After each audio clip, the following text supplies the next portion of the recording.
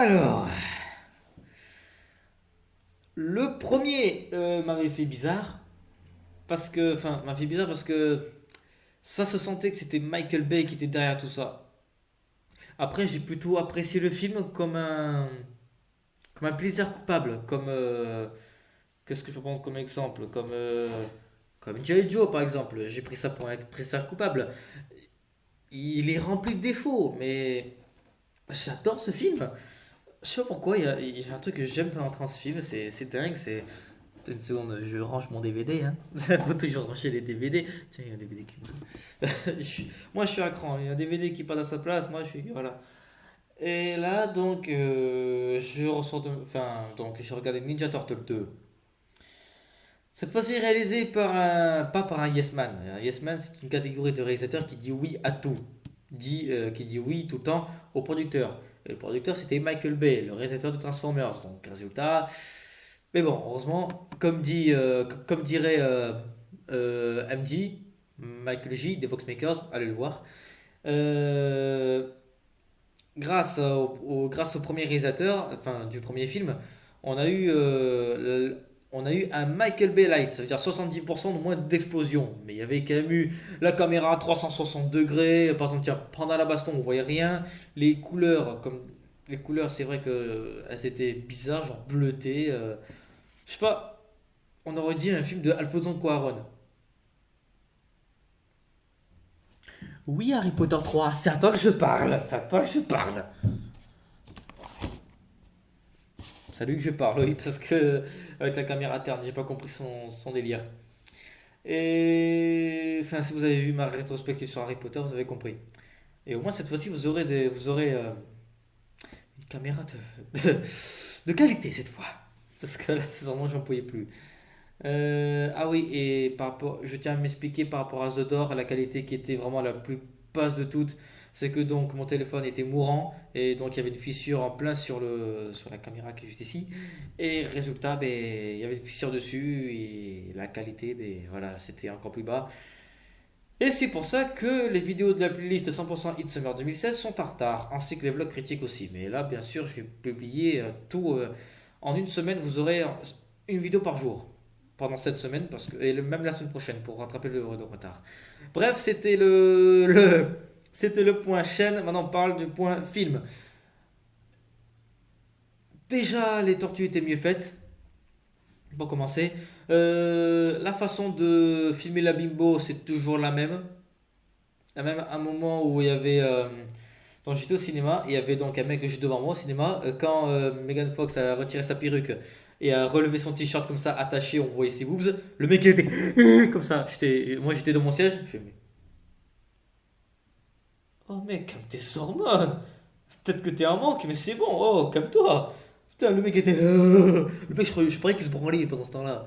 Putain, je te jure, j'ai vu ça, mais j'ai fait, mais non, mais c'est sérieux. C'est qu'un film, c'est bon, il va pas fantasmer sur Megan Fox. Malgré que je peux comprendre que cette meuf, elle est tellement bonne qu'elle aurait dû faire du porno. Hein? Elle fait du porno? Non. Enfin, j'en sais rien, mais bon. J'en sais rien, mais bon. Ah bah, à ce qui paraît, il y en a qui disent qu'elle fait du porno, c'est pas possible. C'est possible. Oui, bon, je me gratte l'oreille. Enfin, d'accord, j'ai compris. Et qu'est-ce que je peux dire de plus aussi? Ah oui,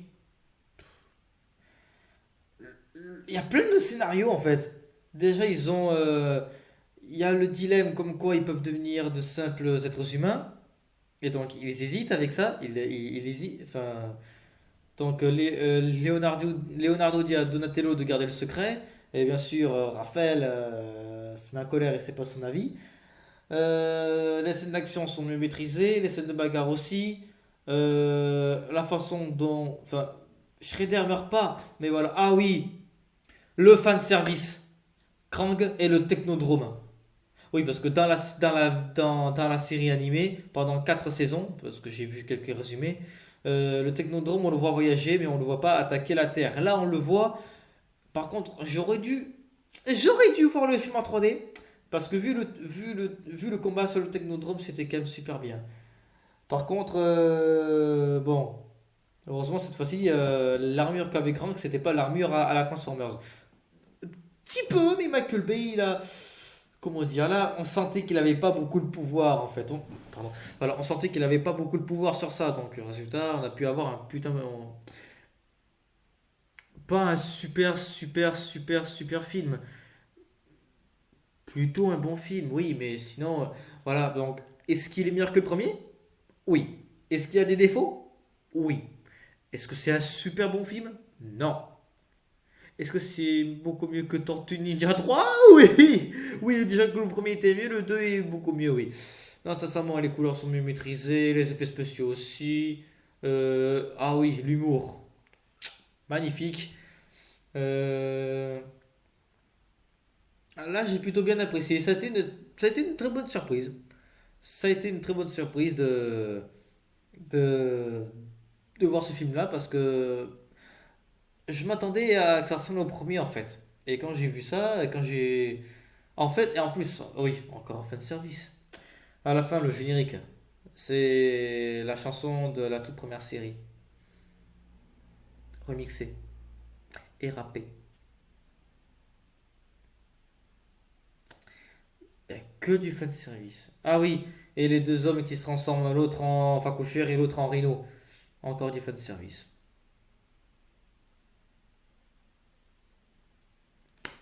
Après, bon, je suis pas contre le fan service, mais là, là c'était par exemple donc, il y avait donc plusieurs sous-scénarios, les deux humains transformés en mutants, phacochère et rhinocéros.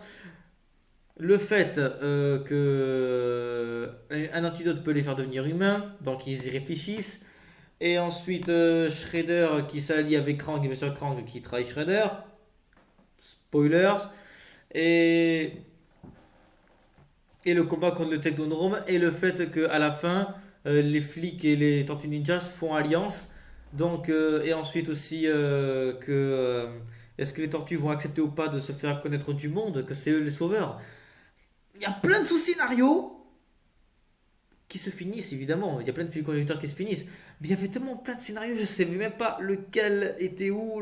J'étais, voilà, pour moi, c'était un film assez bordélique, mais qui s'est bien résumé à la fin et qui, voilà. C'est un bon film. Un divertissement. Voilà. Un divertissement plutôt. Et voilà, voilà, j'ai plus grand chose à dire dessus. Juste allez le voir, je vous le conseille et voilà.